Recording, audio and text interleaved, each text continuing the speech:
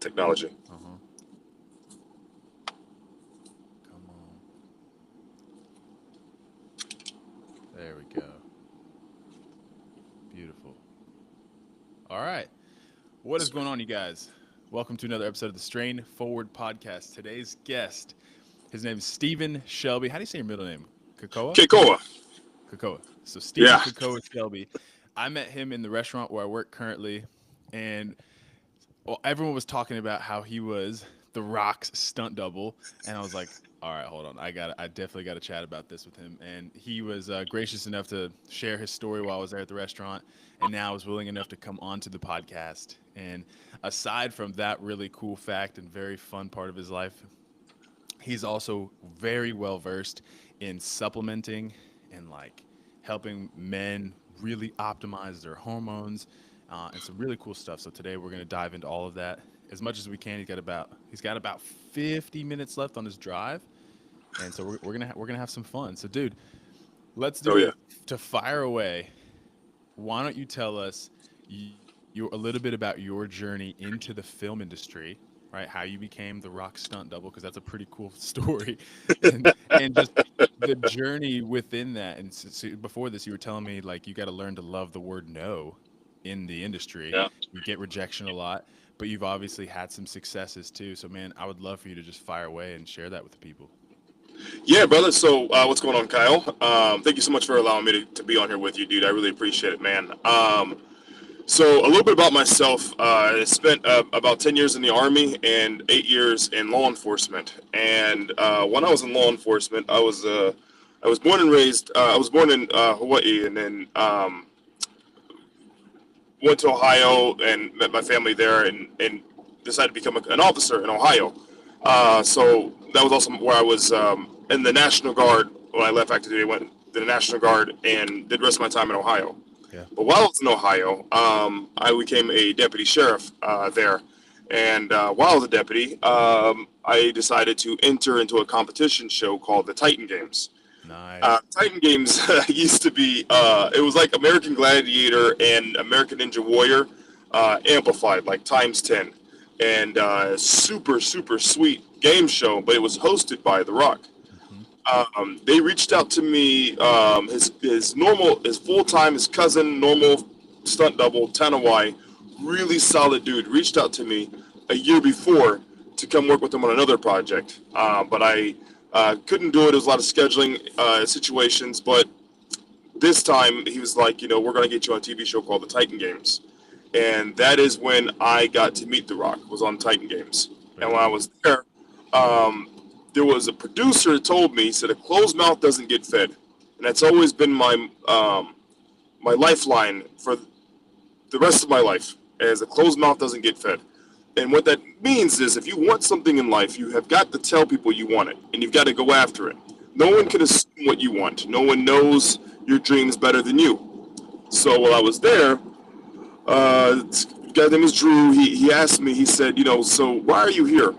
I said, I don't know, man. I just really love doing this. Like, I like The Rock. He's a solid dude. I told him a little bit about my past, what this cousin hit me up in the past. And he said, you know what, man? What do you want to do when you're here? I said, to be honest with you, bro, I said, I would love to be his body double. They said, you know what? I could definitely see that. He's like, I'm gonna try to make that happen. And his cousin told me already. He was like, from the past, he said, we're gonna try to bring you on. We're gonna make this happen. So I did the Titan Games with them, and as when I left the Titan Games, that's when the Rock DJ told me. He said, "This is not going to be the last time we're going to work together." And I was like, "Sir," and he was like, I understand. I didn't win the Titan Games. He said, "I understand you're upset, but I'm going to tell you right now, this is not the last time we're going to work together." And I'm like, That's "Damn, so okay, that's cool, really man. weird." It was cool, man. It was really cool. So fast forward about 6 months after that, his cousin Tanawai hits me up again, and he's like, "Hey, bro, I would love to bring you out here to do Black Adam."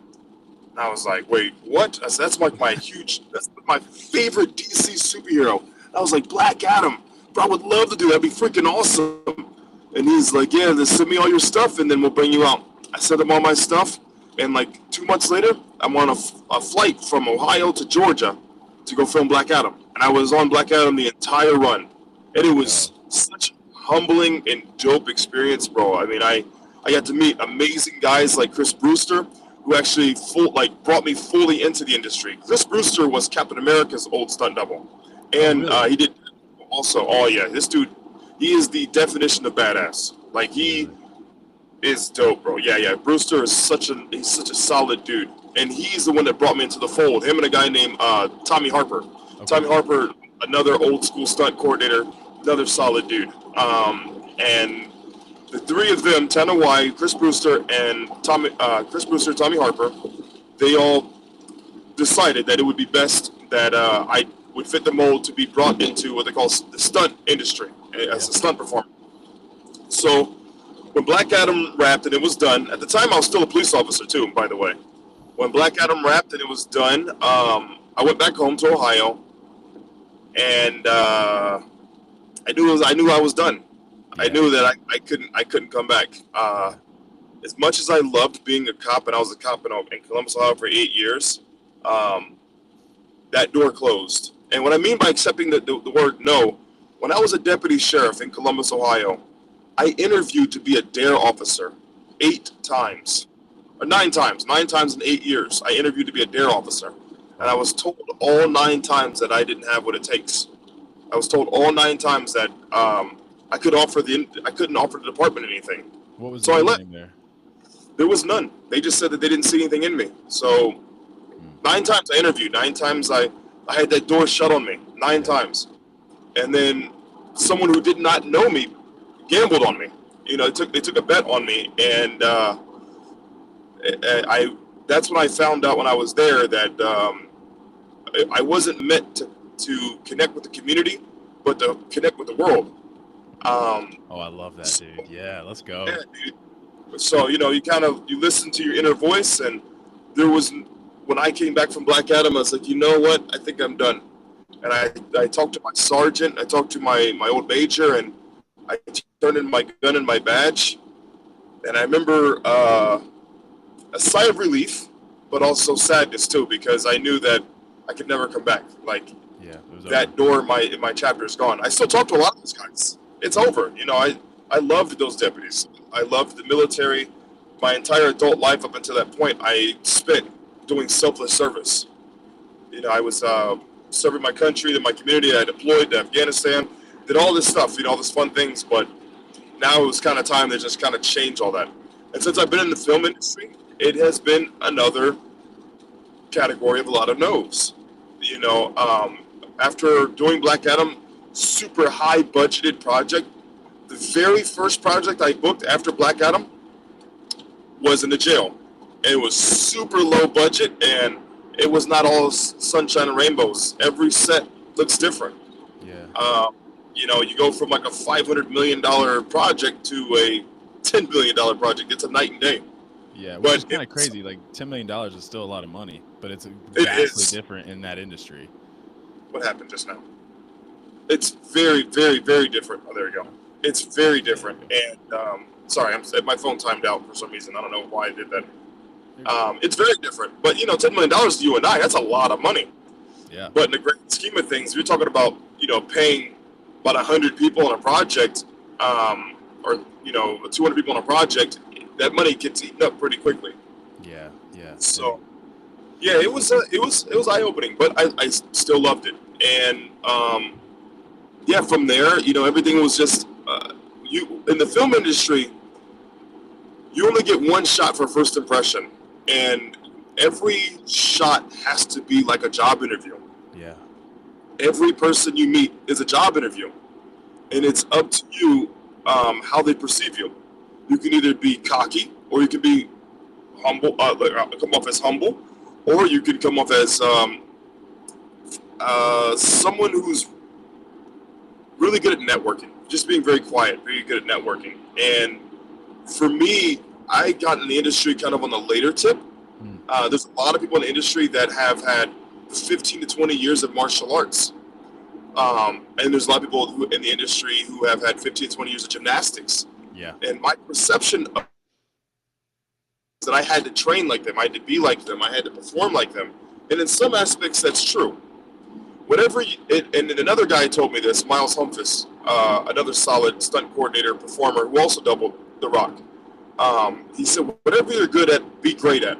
And whatever you're great at, be the best at. And for me, what I'm good at is I'm really good at tactical. I've spent the last 15 to 20 years in combat experience, both foreign and domestic, and being a soldier, being a leader, and also when I was a deputy sheriff, I was a drill instructor at the training academy. Yeah. So I went back to my roots of just straight tactical experience, tactical learning, tactical abilities, and I've kind of just honed in on that. And everything else kind of comes just with more different training. It is. You know, we call it gun fu. You know, everyone has like their specialty, and you know, mine is more of gun fu. You know, it's a way of discharging a firearm and you know teaching people basic maneuvers with firearms. The last project I just did in New Mexico called Onslaught, you know, I doubled as an actor, a stunt performer, and a tactical advisor. And the tactical advisor was like my plug-in. Oh, absolutely. You know, I was able to really train our actress how to perform, look professional, look proficient with a firearm, and make it sell for camera. So it was great. It was absolutely amazing. Dude, that's. But awesome. Yeah, so on every. No, thank you, bro. Yeah, I mean, on every set, that is the biggest thing, is talking to people, networking, and coming off as a genuine individual. People love that. I remember. I'm sorry. I was gonna say to your point. I remember when I took. So I've taken a few acting classes, and the very first acting class I went to, my teacher absolutely throttled me. Really? Yeah, in the best way possible. It was she helped me understand your point about perception is reality in that industry. You want to make a great impression. And I had this habit, and maybe I still do, like when someone's talking to me and I'm very interested, sometimes I'll put my head up like this and I'm listening, and she called me out on it. She's like, you look like a cocky prick. She's like, if you go on set and you're doing that when the director's talking to you, like you're not going anywhere. And I was like, well, wow. I was like, I'm super intrigued though. She's like, I know you are, but you're going to have to be aware of like how you look when you're doing that because your perception is not that. And I was like, oh, wow, like that's crazy. And so to your point, like you have to be very aware of just how you're interacting with people and your mannerisms and your facial expressions. And like, there's a whole skill in that too, apparently. Oh, there is. I mean, body perception is everything. When I was a deputy sheriff, and I was assigned in corrections, and I spent many, many years in corrections. It's the first assignment that all deputies go to in my old agency. The best thing they told you was verbal judo. And with the verbal judo is your body language and your ability to articulate a situation. So as like I do a lot of it also in the film industry, when a director is talking to me, when my stunt coordinator is talking to me, the ability to perceive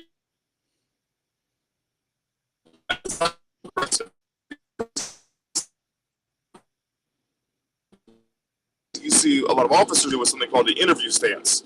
With the interview stance, you know, put your hands kind of on your waist, or just kind of really sounding genuinely intrigued to what they're saying and trying to be understanding and reiterate what they say when they say it so that they know you're fully engaged in the conversation. Yeah. That was like the biggest thing I kind of picked up in law enforcement that kind of could transfer non-on camera in film, you know, is that ability to kind of communicate with them. Yeah. Because, go ahead. Well, I was gonna ask you, did you have to take any acting classes for this? I mean, I remember you told me you had to take some stunt coordination classes, but did you also have to take some acting classes as well, just to learn how to be on camera, I guess? Absolutely. So yeah, I did take acting classes. I took acting classes and still taking acting classes now. I took a course for about 6 months, but then I slowed down a little bit, and I'm going to enroll back in the class, and for like another 3-month course. It's good to learn to act because even in stunts, you're still telling stories. The thing about a stunt performer is you're telling a story with your body. And the biggest thing I'll say is like when I doubled The Rock on the Christmas movie Red One, just came out. When The Rock acts, he's genuinely concerned or in certain scenes. In a lot of scenes, he has to look prideful and in control. So how this kind of transfers into stunts is there was a piece of the film where I'm chasing after Santa Claus who gets kidnapped, and I have to ride a wire to land on something. Now, when I rode a wire, I doubled Dave Bautista on Guardians of the Galaxy. When I rode that wire for Dave Bautista, I had to play a victim. I was getting injured. When I was riding as The Rock, I had to play as a hero, like I was in control. So there's different ways to kind of ride it. There's riding the wire, and then there's fighting the wire. And when you're fighting the wire, you're in control, and you need to fight it like a superhero when you're landing to your course, as opposed to fighting it like you're vulnerable, like you're taking an explosion. It's different ways, and how you perform that action as a stunt performer is supposed to duplicate what the actor needs to look like on the next scene. Right. So the scene where I was Dave Bautista and going to nowhere, Guardians 3, I'm in a gravitational pull or gravitational shift, and then we lose gravity, and I hit the ground, and then it cuts to Dave, and he's like, "Oh shit," you know what I mean? Like he's hurt. And then fast forward to Red 1, where I'm running and chasing to get Santa Claus, and I jump from an explosion, and I land on a on like a Bearcat or something. I'll land on like a snowmobile, and I had to look strong because the next scene it cuts over to The Rock. He looks strong getting up. So understanding acting to stunts, you have to know what the actor is going to look like in the very next scene. Yeah. If he's going to look like a hero or look like a victim. It's your job to kind of understand that. Yeah, that's fascinating. I think it's easy to think that as a stunt guy, you just perform the stunt and that's it. Like you don't really need to think of anything else. But in reality, like you have to actually understand the story and the character, and to your point, play the role in the air through the stunt, which I imagine is probably really challenging to learn how to do, because not only you're trying to focus on the stunt and not getting hurt and doing it right, but also playing a character, which is kind of crazy. You're absolutely right, dude. You're absolutely right. And like that's the biggest challenge as a stunt performer. And that's one thing, like a lot of performers, like in the beginning of the day, we get the sides, like we get like the script for the day, what we're going to be doing that day. And as a performer, like what makes a really good performer, a great performer, is reading the sides, reading the script, and knowing what the scene is looking for, and then playing to that script. So there's another scene, with The Rock where I'm fighting against Krampus, and I have to get the shit slapped out of me. Oh, dude, I love that scene. Dude, that scene was hilarious. Yo. Man, I can't tell you how many times I hit the ground, man. Dude. Oh my God. So the coordinator's name was Gregor Minter. Another solid ass dude. He in Guardians of the Galaxy, he played Crossbone. He was also one of the Bucky doubles. Like Gregor Minter is solid as shit, dude. When they kept pulling me, I read the script, but I didn't see the video of knowing like where The Rock turns. That's the other thing too. As a performer, you have to mimic their moves. Mm-hmm. So when I would hit the ground, you would have to roll to the left or roll to the right. And as a performer, you have to know that. So when I would hit the ground, I would roll to the right, and I'm like, oh shit, the camera's right there, bud. And as a performer too, they don't want to see your face. So he's like try to hide it. So then like Greg would tell me, I need you to roll to the left. Like you're pretty and all, but you're not worth $20 million. Yeah. So dude, that's another thing too, you have to kind of take in consideration when you're doubling someone.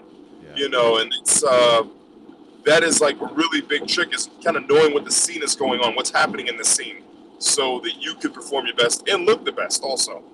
And obviously make your actor look phenomenal. Yeah, no, it's a whole art to it, but it's a great art. Yeah, and okay, so you still taking? Go ahead. No, go ahead. Finish your thought. Go ahead. No. Go ahead. Okay, so are you still taking courses for it right now? Are you still in like the stunt courses and still doing all that as well? So yeah, that's what I was going to say. So the thing about like stunt performers and stunt courses, every performer trains differently. Mm-hmm. So what I found out after like year 3 of being in the industry You can't put a square in a round peg hole. And I say this by train to your demographic, train to what you'll be used for. So right now I'm 240 pounds, but when I was 260 pounds, like I was training flips. And I was like, I gotta learn flips, So I was literally going to like a gymnastics gym, training flips and learning how to do a back tuck. And I did quite a few back tucks very successfully. And that's when I had another performer come to me and was like, listen, you were 6'2", 260 pounds. I said, damn, you're absolutely right. And he said, I want you to train more to your demographic. Like, look in Google guys like The Rock or like Dave Bautista. And I doubled another guy named Jinder Mahal, Raj Desi. He's another wrestler for WWE, or used to be WWE now. Now he's with the Canadian Wrestling League. And he's like, watch how these guys move. Watch the characters that they work, right. The characters that they do. They said, you need to train like them.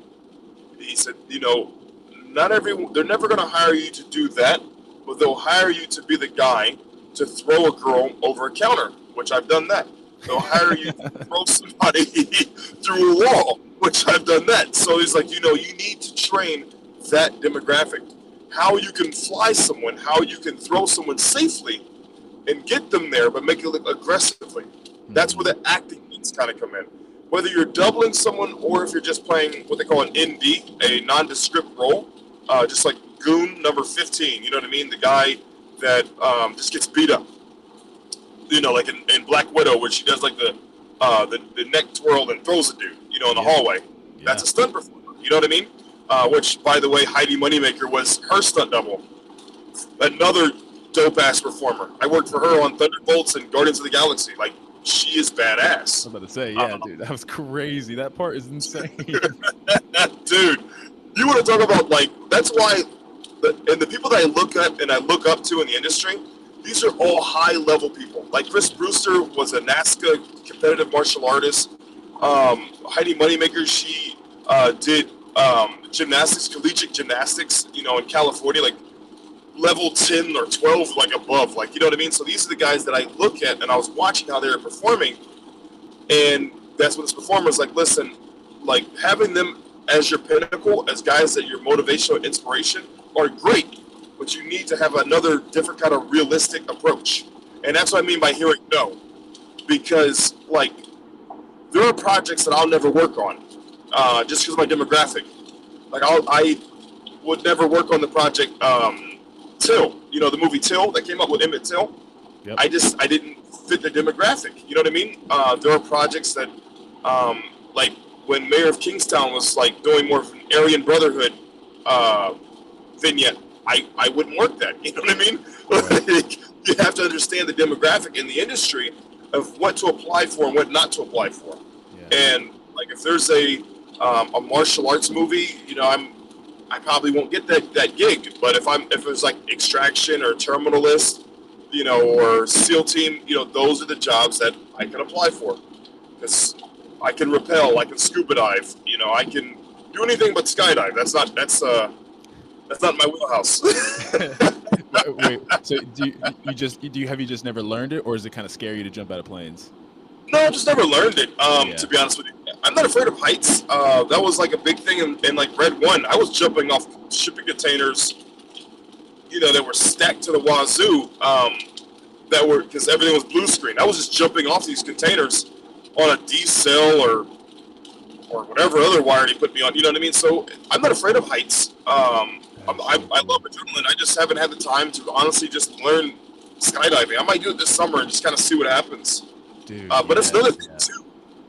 That's another like thing too in the industry, in the film industry specifically, is what I mean. Like whatever you're gonna be great at, whatever you're great at, be the best at. If you're still learning something in the industry, like learning kicks or learning how to punch or learning just how to do a flip, you don't want to tell a coordinator that you can do that proficiently, because there are some times, like I just did a project in New Mexico. They made me perform the same skill 15 times. You know, and then the director just wanted different angles. He wanted different emotions. He wanted different looks. And that's fine. So if you tell a performer, you tell a coordinator or a director that you can do this, you better sure as shit be able to do Yeah, it. yeah, no. Well, so Because that was actually, so I have two follow-up questions to that. One, yeah, so it sounds like you apply for jobs you want, or do they recruit you? Is that how that both. works? Both. It Okay. can happen in both ways. Yes. Okay. So And go ahead. I'm sorry. no, you're good. Finish that thought because I'm curious about Well, how that works.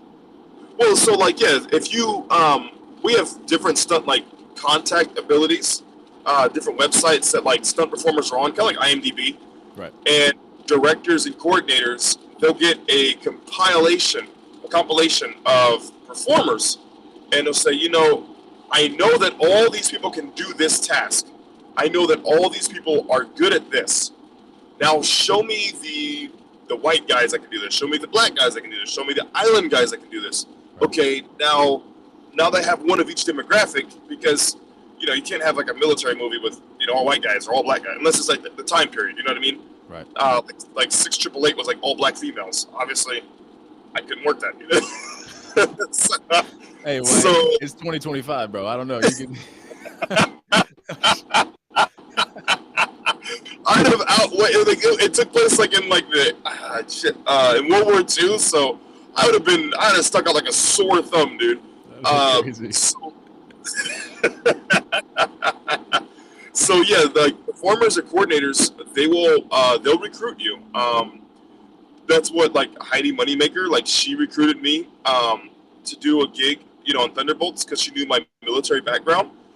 But then another coordinator named Troy Robinson, another dope ass dude who doubled Vin Diesel, he called me to double Dave Bautista because he knew I did it before in the past.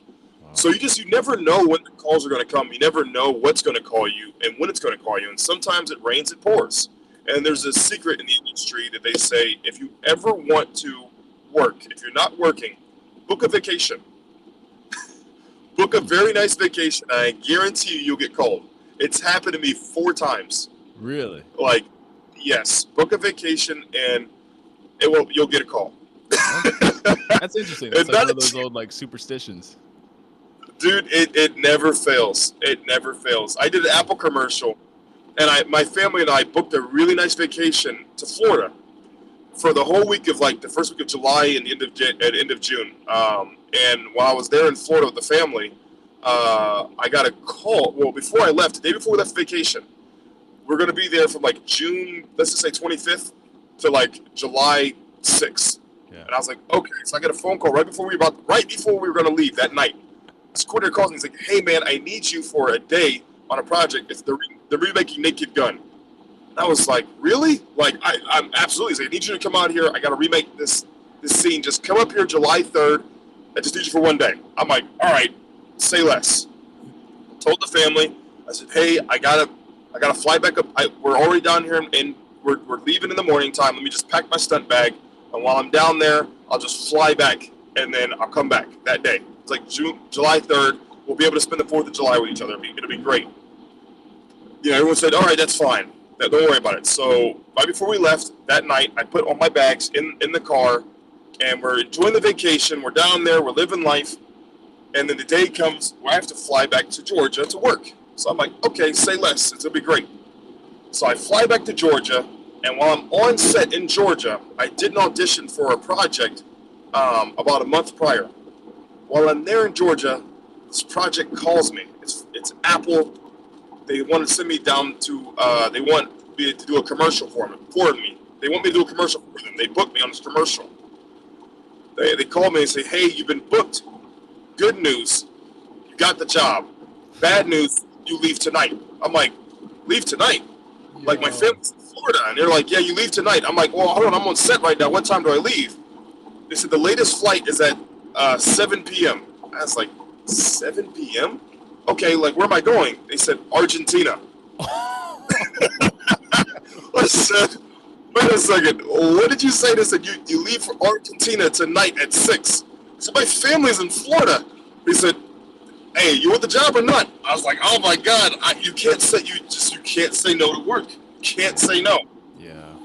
So I called the family and I'm like, hey, I got some good news, I got some bad news. And I'm like, oh, here we go. I'm like, no, it's good, it's good. All right, so the good news is we're about to make a lot of money.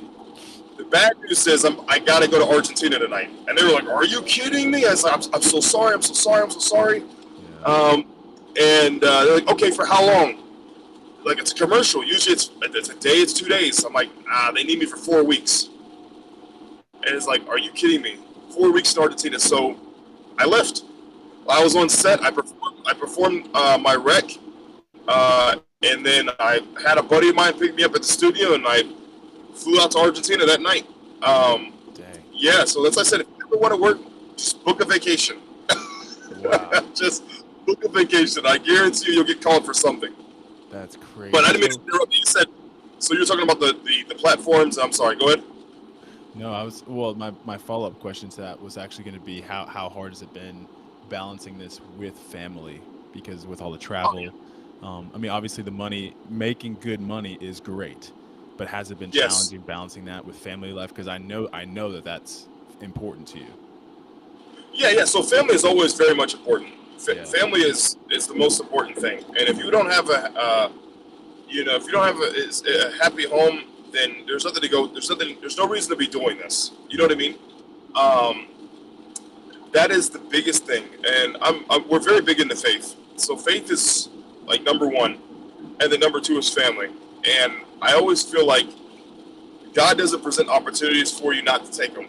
Every opportunity, every connection for you and I to even talk and communicate, we met for a reason. We don't know what it's for right now. I don't know if it's for a reason or just for a season. You know what I mean? Right. But I think it's for a reason. There, everyone crosses paths for a reason, and saying that, it's been a challenge, yes, Yeah. but it's also been an understanding challenge. The thing is, like what I did for a living prior, from the military to law enforcement, the dangers do not compare to what I do for film. My family, my mom, my wife, like they all trust and believe. They are way more supportive about what I do with this than what I used to do.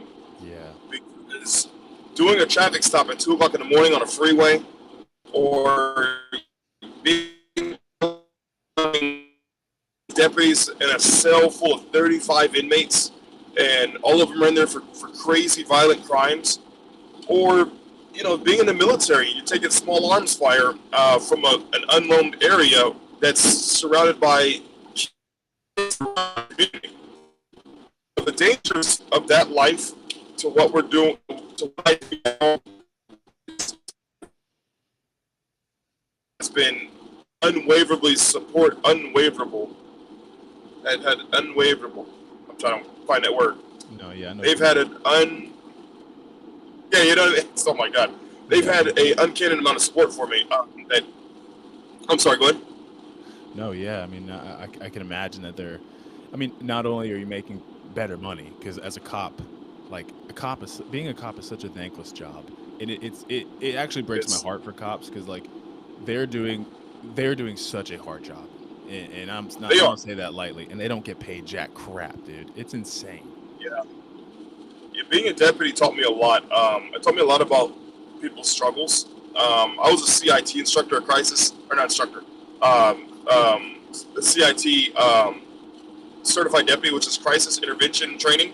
Like I Okay. went through crisis training and stuff, and was able to talk to inmates, talk to people that were dealing with crisis situations.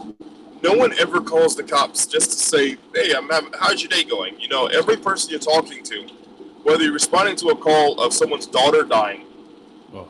from SIDS, to responding to a call to an armed robbery, to responding to a call of a tire change, changing someone's tire, you have to really compartmentalize your emotions. And Yeah. there would be times I would come home and, I would just be a zombie, to be transparent with you. I was, especially on third shift, like that's such a hard shift to begin with outside stressors. Yeah. And that's kind of what, like, really catapulted us to open the clinic, to kind of like touch a little bit on that, because when I was in the military, when I was in law enforcement, like I did develop PTSD pretty bad, to be honest. So that was actually what I was gonna ask you that, because I've heard that cops largely have the largest demographic people struggling with PTSD than really any other branch. I just learned that recently. Like there's a lot of cops struggling with PTSD from the job. Yeah, and I hate to say this, but I walked away from law enforcement in 2020. The protests and the conflict between law enforcement and the community kind of weighed down on me, and a lot of it had to do with it was a challenging aspect. You had, I'm not trying to sound political, but you have some politicians. It doesn't matter if you're left or right. You had some politicians that just wanted to maintain their house. They wanted to maintain their election. Yeah. And then you had law enforcement officers that were being used as pawns to either secure their election or to make them look bad. You know, we either making them look good or making them look bad. It doesn't matter what side of the aisle that you're on. It doesn't matter if you're blue or red. It doesn't matter. What matters is every person puts on that uniform, that badge, and they swear to uphold the Constitution against everyone foreign and domestic. And it doesn't matter what politician or what political affiliation you hold in that party. But I personally was developing a very extreme case of PTSD and depression because I was having a lot of flashbacks to Afghanistan. Going through different villages and having kids that would talk to you and run up to you and grab you, and a lot of it was the same that was happening as a cop. Yeah. And I never wanted to look at our citizens, I never wanted to look at our brothers and sisters the same way I looked at Afghanis. Yeah. And it's not a knock to Afghanis, it's not a knock to them. They were a war-torn country. But I never wanted to have that same perception, that same feeling. Right. When you have that irking nerve or that sudden drop of your heartbeat, in like that, you can empathize with people's pain and confusion on all standpoints. That it really can cause a chemical imbalance and a shift in your body, and that's kind of where, like, my wife knows about, like, how dopamine and how the pituitary gland and adrenaline gland and how all the adrenal glands work, and that's kind of why we decided to spearhead the clinic, because I talk.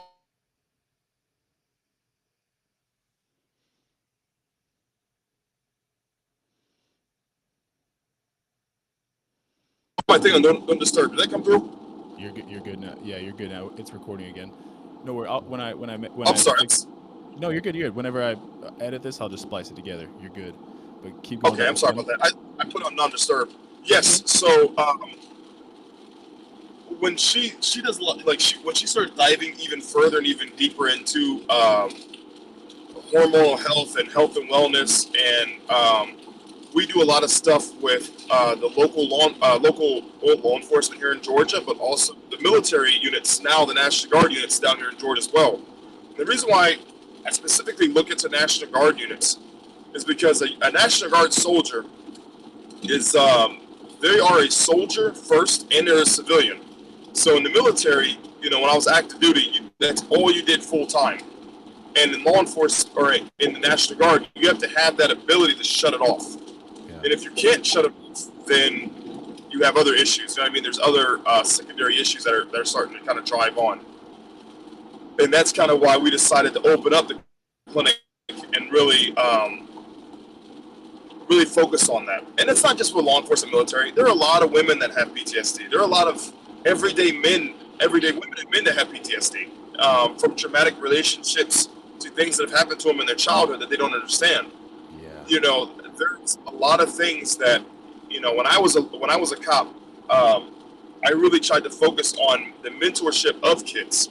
I would volunteer a lot of my own personal hours at local high schools because a lot of those kids did not have father figures to teach them how to tie a tie or teach them how to do job applications or teach them how to even do a resume. I would work very closely with charter schools up in Ohio as a cop, teaching young men how to tie a tie and how to formulate a an application. A lot of them didn't know their social security number, at the age of 17. Wow. I didn't have my dad growing up. My dad and I, we didn't really get close until after I had my son. Before, but that was, a whole other issue. Yeah. But a lot of these guys, they just need a father figure. And it all starts at home when it comes down to mental health. Like, mental health is the beginning point at home for how a kid's going to grow up and develop. But fast forward to all that, that's a whole other category. But fast forwarding into that, that's kind of why we ended up opening up our wellness clinic. Yeah. Because psychologically, I'm sorry, go ahead. No. I'm glad you're segueing into this. I want to hear about it. Yeah, because psychologically, a lot of people don't know how to express their emotions. Whether they express their emotions of depression through eating, while they do it through other abusive methods of drugs, they're trying to chase that dopamine factor. Yeah. And what they're missing is it's a hormonal imbalance. And that's why, like, for me, I'm a very strong believer of everyone hears about Ozempic and Wegovy. Not that medication. I'm a very supporter of semaglutide and trizipatide, because semaglutide has been proven to show not just appetite suppression of the A1C, but also stopping people from blocking the receptors from receiving that same dopamine factor they get from drugs and drinking. Interesting. So we're working with a clinic. I'm trying to think if working with I'm trying to violate HIPAA when I say this. I don't want to do that. Yeah. We're working with a lot of individuals that are struggling from opioids at a location in Atlanta, Georgia. And what we're discovering with a lot of these clients is a couple things. They don't understand the recovery aspect after getting off of the drug. Yeah. No one talks to them about, this is how you eat, this is nutrition that you need, this is nutritional balance. But also how to replace that dopamine factor. And a lot of it, it's the pituitary gland. Giving clients, and us giving our clients, testosterone replacement therapy, both in men and women, we've seen a spike in less brain fog, less fatigue, less depression, and more better cognitive thinking, but also more productive production in their productive days every day. Sorry, I'm also driving. Sorry, I'm making sure I'm not missing my intersection. That's why I'm stumbling. So sorry. You're good, man. You're good. No worries. I don't want you to miss your turn. Please don't miss your turn. Yeah. You're good. It just, like, my GPS did something weird and changed it to less than a mile. So I was like, where am I at? But noticing that, especially with testosterone replacement therapy, but with also semaglutide, because when you lose one habit, you pick up another. Yep. And it's not a bad thing. It's just some people's brains are just wired that way. And a lot of people, when they have gotten away from the drugs and the opioids, they pick up food as a means to fix their old habit. And that's why we use then semaglutide, because the semaglutide really blocks that receptor of that passion or that need to eat.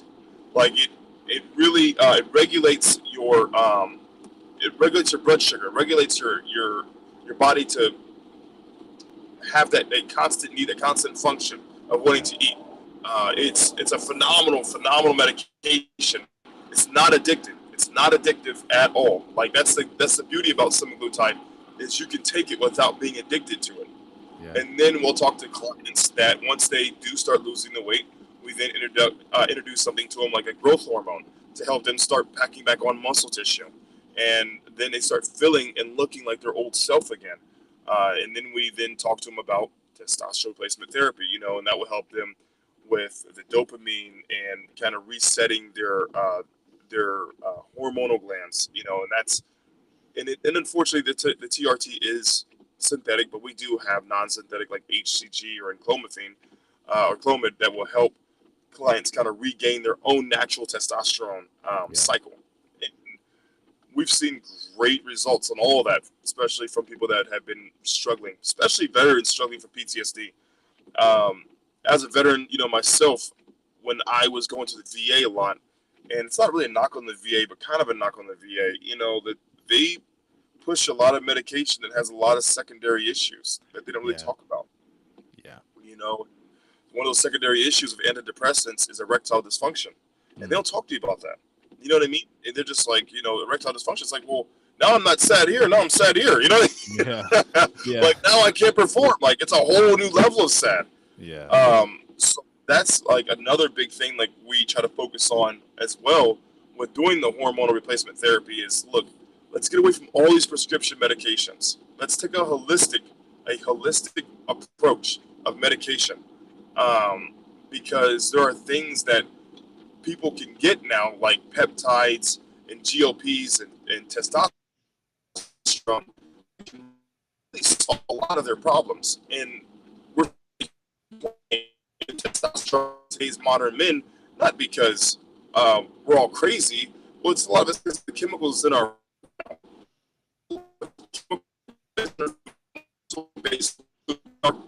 in our everyday meals for men, and for women that are just throwing us off.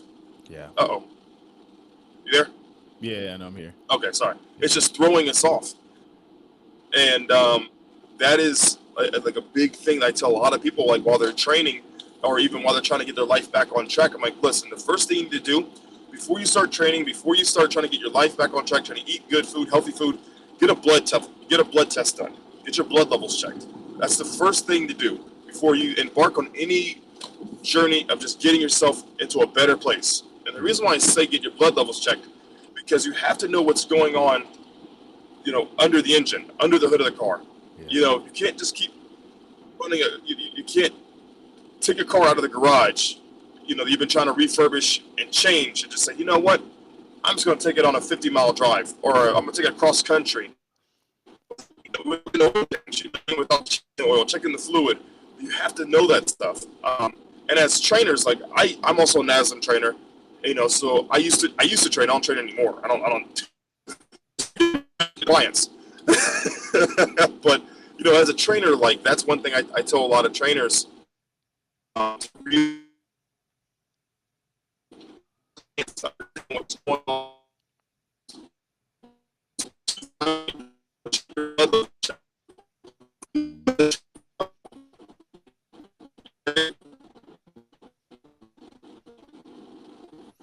Are you there? Hold on. You're a little frozen right now. Oh, there you are. Now you're back. Now you're Sorry. back. You're good. So you as a trainer, like, where the baseline needs to be to get your clients to where they want to go. Right. Because not everything is the same. Not every person's body is the same. And that is, I guess, that's the biggest thing that I try to push when I talk to trainers and talk to other clients that are looking to try to achieve their goal. Yeah. The hormonal wellness, the holistic approach is not the Band-Aid to the you still got to work out. You still got to put in the work. It's all for nothing. Yep. Now, do you have? Sorry, I'm in favor. I'm hitting like really. Go ahead. No, you're good. No worries. What's great about this too is it'll record locally, so it won't even show these glitches, which is really nice. So, no issue there. Do you now? Do you have certain qualifications that would meet, like putting someone on this regime? Like, hey, let's get your blood panel done. Let's see what's going on, and if you meet X, Y, and Z, then this is the protocol. Or is that like the standard go-to regardless? Oh, no. Oh, well, we lost him. Yeah, I'm sorry. I'm in Fayetteville. Service is not good. There you go. Welcome back. Yeah, I'm sorry. I'm sorry. You're good, dude. I might lose you again. I'm in like literally the woods. They have to meet certain qualifications. Yeah, so like, do you have to, in order to put them on that routine, do you have them, you test them, and then like, hey, if your blood levels say this, and this, that's the routine. If it says this, we do that. Like, do you just let the blood work to kind of figure out where you need to go? Yes, so I have a team of two doctors. One's my business partner, and the other one she's an associate doctor. And then I have a team of three nurse practitioners and a clinical director, as well as a couple of MAs that work for me. And what we do when we look at lab work, and every person's lab work is individual. Every person's lab work is different. Every client, when they are ready to start or go over the regimen, they all meet with one of the providers. They meet with someone with letters behind their name. I am the doorway to help everyday people or actors or whatever to help everyday people feel and look better. Yeah. That's all I am. I, I I've gone through interviews with probably 15 different doctors that I interviewed before before opening up my business. Like doorway open, 15 different providers Wow. because I am not money hungry. That is the furthest thing from me is being money hungry. You know my background in law enforcement, military, and what I do for film. Yeah. The last thing that I care about is trying to squeeze a dollar out of 50 cents. I'm Right. not trying to do. You know what I mean? Like there are too many clinics that are out there that even I went to that want to stack you on everything when you first walk in. I don't. I am so against that Yeah. because you don't know which one's working, which one's hurting. You don't know which one is, and then you have a lot of clinics that get a lot of their shit from China. I mean, I'm just gonna call a spade a spade. You know what I mean? A lot of them try to go the cheap route to try to push and open up profit margins. Yeah. It's disgusting to me. It is. And the more and more you learn about the medical field, and my wife has many years in the medical field, as a medical professional, um, she saw it. You know, we see big pharma will crack down on smaller pharmacies just because people approach. You know, if you can give somebody a peptide called BPC 157 and stack Yep. it with TB4, which is or B500, you know, the Wolverine stack, that doesn't just put a band-aid on the problem. It helps your body rejuvenate new muscle tissue, and repair inflammation and inflammation, irritation. Or you can just keep giving somebody Aleve, ibuprofen, and Advil, and they'll just keep popping in those pills, Tylenol, and it's a temporary bandage that will help them for 12 hours, and then they're good. They pop another one, and it's so harmful for your kidneys and your liver. Yeah. BPC Yeah. 157 comes from stomach bile. Like Hmm. it's derived, it's constituted, obviously, to a lab. What does science need to do to make sure your body breaks it down naturally? There is no secondary weird chemical imbalances that are pressed into whatever the hell is in Advil, ibuprofen, that's so harmful.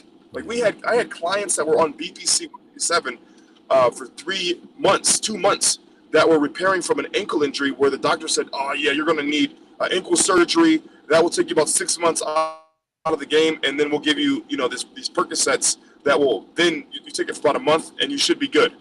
It's crazy. I had a lady; she took BPC 157.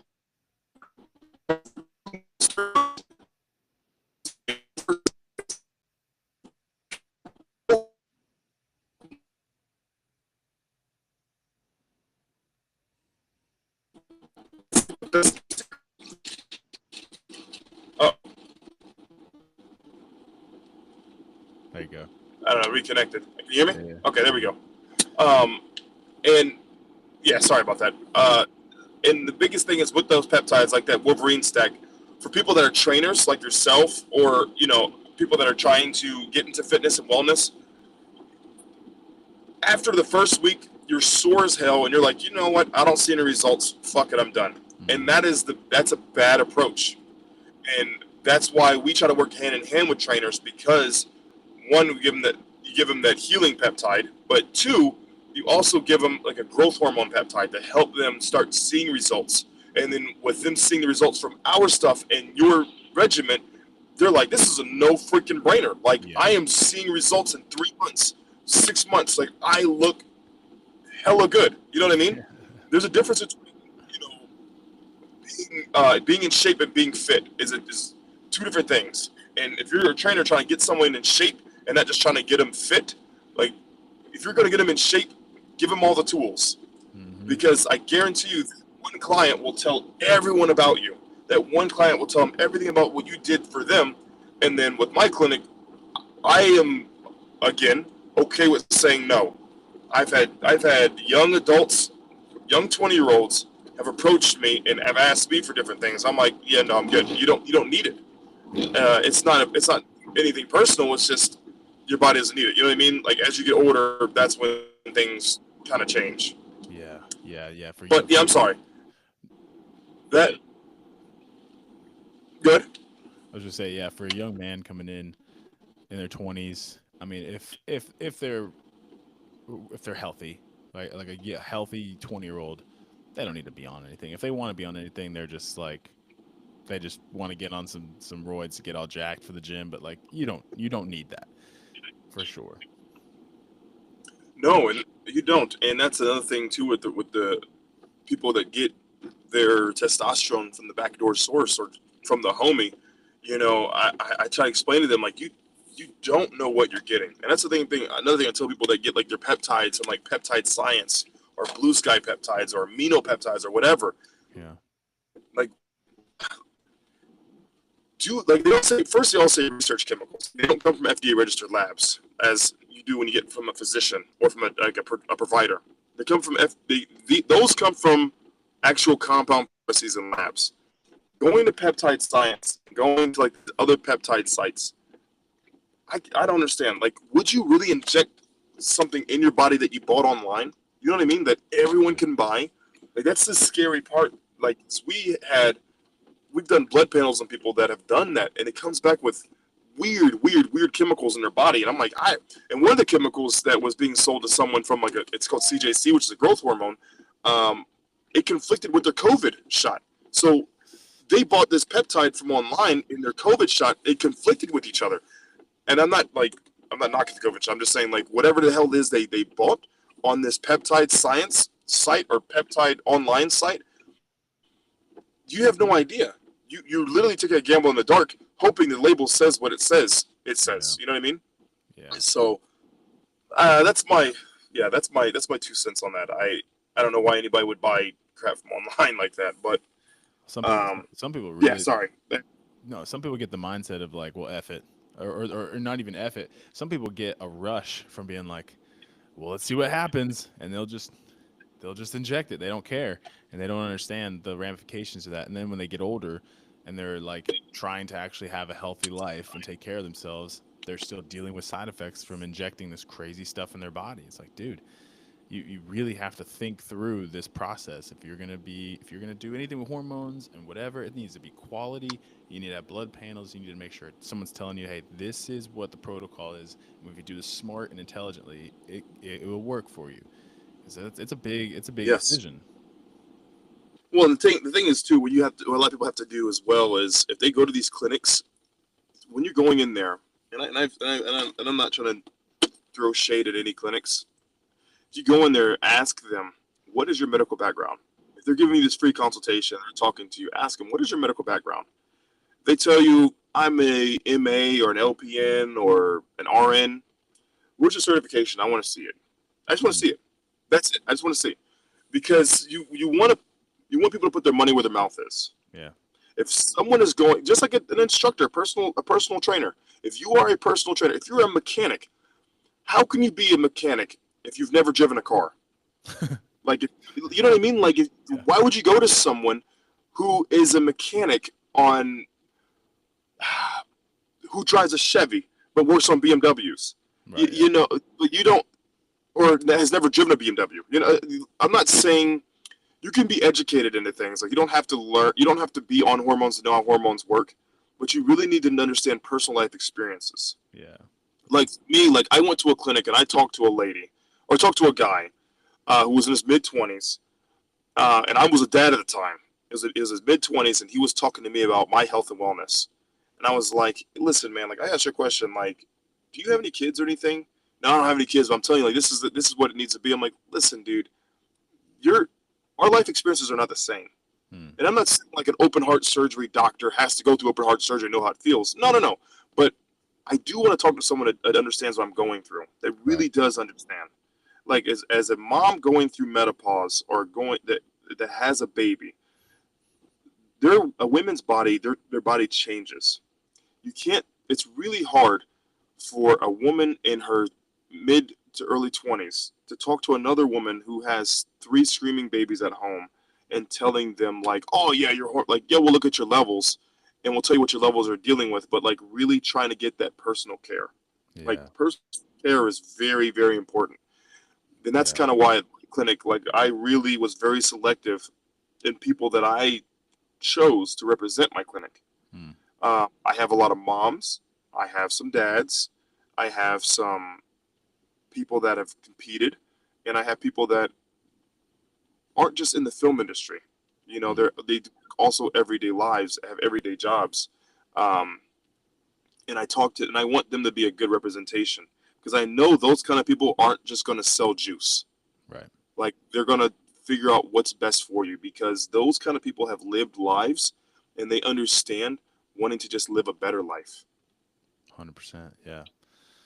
Damn it. Yeah. There's nothing that will replace life experience, and No, being able to bring that into your care is really invaluable. Like, yeah, and go ahead. I'm sorry. no, I was just gonna say it just levels the playing field when you're talking to someone like, hey, I know I understand where you're at. Like I've gone through X, Yes, Y, and yes. Z. You know? Yeah, and like you don't have to be a 300-pound trainer that lost 200 pounds to be a good trainer. That's not what I'm saying at all. Like Right. I just when you're talking about clinical stuff, like I have been to a lot of clinics, been to a lot of clinics, and I'm telling you right now, out of 100%, I'd say about 80% of them are BS. Jeez, man. They do they really because it's such and it's such a money pit. It's such a downfall, and you have to, and that's why you have to ask them. Like when you go in there, and if people are consulting with you and they're not doing the right levels on you, blood checks on you, every 3 to 6 months, and you're just a factory in there. You know what I mean? Like that's what a lot of these clinics have just become a factory, and that's Yeah. why they've received such bad names. Like at my clinic, we specialize in individualizing different TRT blends for each client. And I Wow. know this fact from 80% of clinics. They just prescribe sip and people leave. Take a shot and take a shot and leave. Bro, I'm telling you, because I was one of them. And I was like, when I ever open one of these, and I told my wife, when we ever open one of these and attach ourselves to one of these clinics and we open our own clinic, we will not be like anyone else Yeah. No, that's because awesome. it's a money factory. Yeah, dude, Yeah. it's a money factory. It's crazy. When I talk to other clinics about different blends and different things, like, oh, that's too hard. It's too complicated. I'm like, too complicated. Everyone's hormones are different. Yeah. Like that's what you Yeah. signed up for. Like Yes, that's how it's supposed to be. Like that's crazy. that's Jeez. yeah. We have a client who changes his blend almost every 3 months. He gets a different blend. He's like, hey, I'm putting on weight now. Let me cut this down. Let me lose weight here. Okay, hey, I got some joint inflammation. Let me change it to this blend. So it's always his blend specifically is always changing, Wow. Wow. and he looks great. That's But I'm awesome, gonna have man. to go, Kyle. I'm so sorry. I just got here. Well, I was gonna say, yeah, I know you just arrived, so I definitely don't want to make you late. So I appreciate your time, Yes, dude, sir. and this was definitely awesome. Absolutely, brother.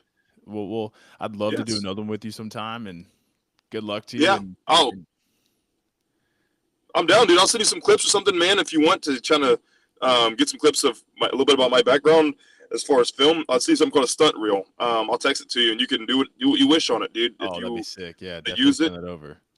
Heck yeah, I yeah, got you, brother. I'll send it to you. cool, bro. All right, well, let's stay in touch, All right. man, and enjoy the rest of your Absolutely. day, man. Hope everything goes well. You too, Kyle. Have a wonderful day, brother. All right, bro. All right. Bye.